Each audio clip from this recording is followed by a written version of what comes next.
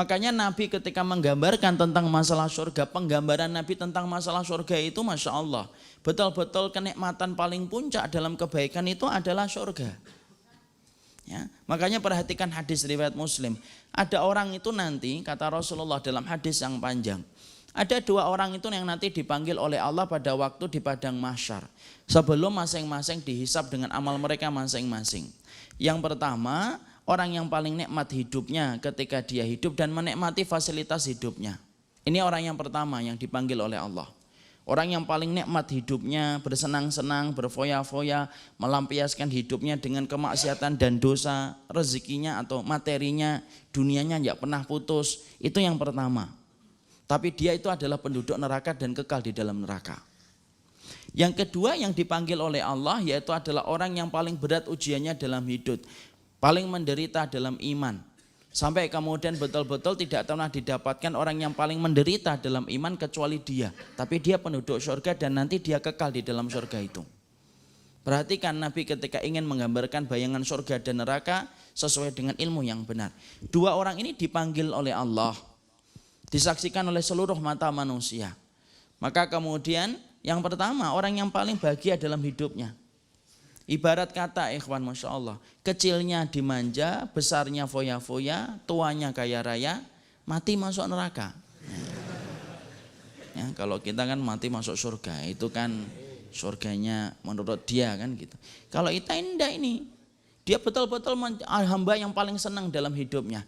Maka dipanggil oleh Allah, diambil oleh Allah, dicelupkan ia ke dalam neraka satu celupan saja. Fayasbagu finnari sabghatan. Dia dimasukkan oleh Allah ke dalam neraka satu celupan tak. Untuk menjadi tester apa yang nanti akan dia kemudian dapatkan itu. Untuk menggambarkan neraka bagi orang yang memandang peristiwa itu. Supaya orang-orang kafir semakin terbelalak ketika mereka membayangkan mereka itu akan menjumpai neraka sebentar lagi. Allah kemudian ambil dia, masukkan ke dalam neraka satu celupan tok. Satu celup itu tek diangkat. Itu satu celup. Kemudian diambil oleh Allah, diletakkan oleh Allah. Allah kemudian berdialog kepadanya ketika sudah dicelupkan ia ke dalam neraka. Kamu ini orang yang paling nikmat hidupnya ketika di dunia.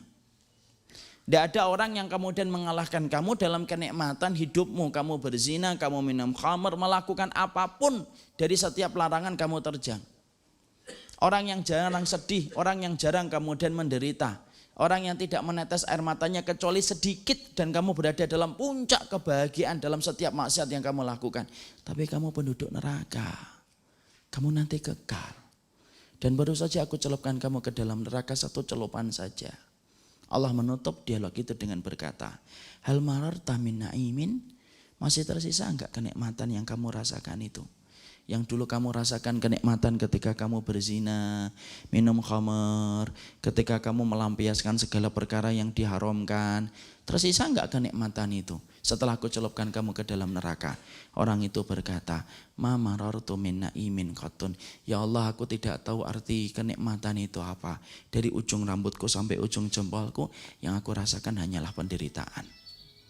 Seakan-akan orang itu berkata kepada kita, apa yang beliau katakan? Sesungguhnya satu celupan di neraka menghapuskan jutaan nikmat yang dihasilkan dari produk kemaksiatan. Dicelup di neraka satu kali saja sudah hilang semua kenikmatan itu. Jadi orang yang hari ini maksiat, kemudian ngerenteng, banyak cewek, kemudian dia zinai, apapun itu, sampai kemudian dia mati, hilang kenikmatannya. Satu celupan di neraka menghapuskan jutaan kenikmatan yang pernah dia rasakan ketika dia berdosa. Yang kedua yang dipanggil oleh Allah, orang yang paling sengsara hidupnya. Min asyadan nasi bu'san, orang yang paling sengsara hidupnya. Tidak pernah kita dapati orang yang paling sengsara hidupnya kecuali dia dalam iman. Mungkin kayak Nabi Ayub dan selevelnya. Yang betul-betul berada dalam puncak-puncak penderitaan ketika dia beriman kepada Allah. Ibarat kata, kalau bahasa kita itu kalau datang tidak dijemput, kalau pulang tak diantar. Yang mana kalau ngelamar akhwat itu sebelum mengetuk pintu sudah ditolak itu dari kita. Betul-betul penderitaan yang luar biasa. Tapi dia beriman, kemudian dia istiqomah.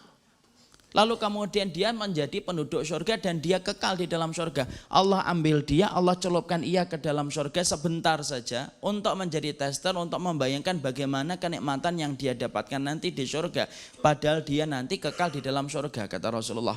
Kemudian dicelupkan ia ke dalam surga, ditaruh oleh Allah di hadapannya. Allah kemudian tanya, kamu ini orang yang paling sengsara hidupnya ketika beriman kepadaku. Susah payah kamu beriman kepadaku, dihujat.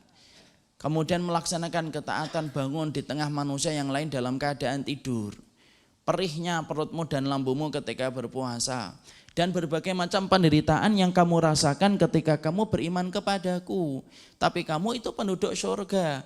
Dan baru saja aku celupkan kamu ke dalam surga, satu celupan tok. Padahal nanti kamu akan menjadi penduduk surga itu selama-lamanya. Allah nutup dialognya dengan berkata, hal marorta min naimin, hal marorta min bu'sin. Apakah masih terasa itu penderitaan yang pernah kamu rasakan ketika sabar, ketika nutup aurat, ketika menundukkan pandangan, ketika meninggalkan yang haram. Masih terasa enggak itu penderitaannya ketika kamu dulu melakukan itu dalam kehidupan di dunia? Perhatikan jawabannya. Dia berkata, ma marortu min bu'sin syai'an. Ya Allah, saya itu tidak ngerti arti penderitaan itu apa. Karena kemudian dari seluruh dan sekujur tubuhku, sesungguhnya yang aku rasakan hanyalah kenikmatan. Seakan-akan orang itu berbicara kepada kita, satu celupan surga itu menghilangkan jutaan penderitaan yang pernah kita rasakan ketika beriman kepada Allah dan istiqomah. Satu celupan surga menghilangkan itu kemudian penderitaan itu. Satu celupan tak, padahal nanti dia akan kekal di dalam surga itu selama-lamanya. Disitulah yang kemudian kita ingin menggambarkan, sesungguhnya surga itu rezeki terbaik.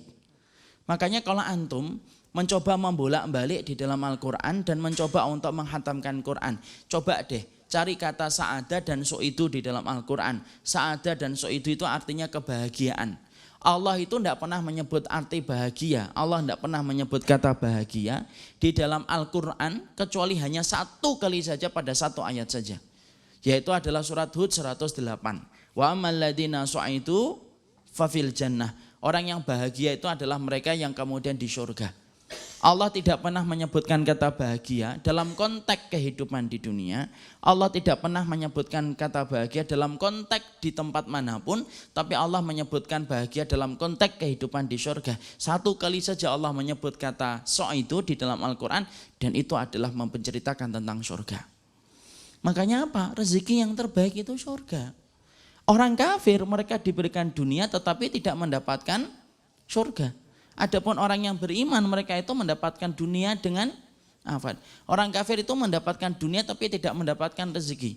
Orang yang beriman mereka mendapatkan dunia dan mereka mendapatkan rezeki. Makanya Nabi itu ngajarin ana dan antum untuk meminta rezeki dan tidak meminta dunia. Karena rezeki itu cakupannya luas. Makanya kalau siapapun di antara kita kok mendapatkan rezeki, itulah yang terbaik. Teman yang solih itu rezeki. Teman yang tampan itu dunia. Anak yang solih itu rezeki. Tapi anak yang pinter tok dalam masalah dunia ketika fisikanya mendapatkan 9, itu dunia. Pasangan yang cantik atau pasangan yang cakep itu dunia. Tapi pasangan yang solih yang membantu urusan akhirat kita itu rezeki. Dan semua di antara kumpulan rezeki itu yang paling terbaik itu apa? Rezeki itu adalah masalah surga. Dan itu yang kedua. Sesungguhnya surga itu merupakan rezeki terbaik yang Allah berikan kepada manusia.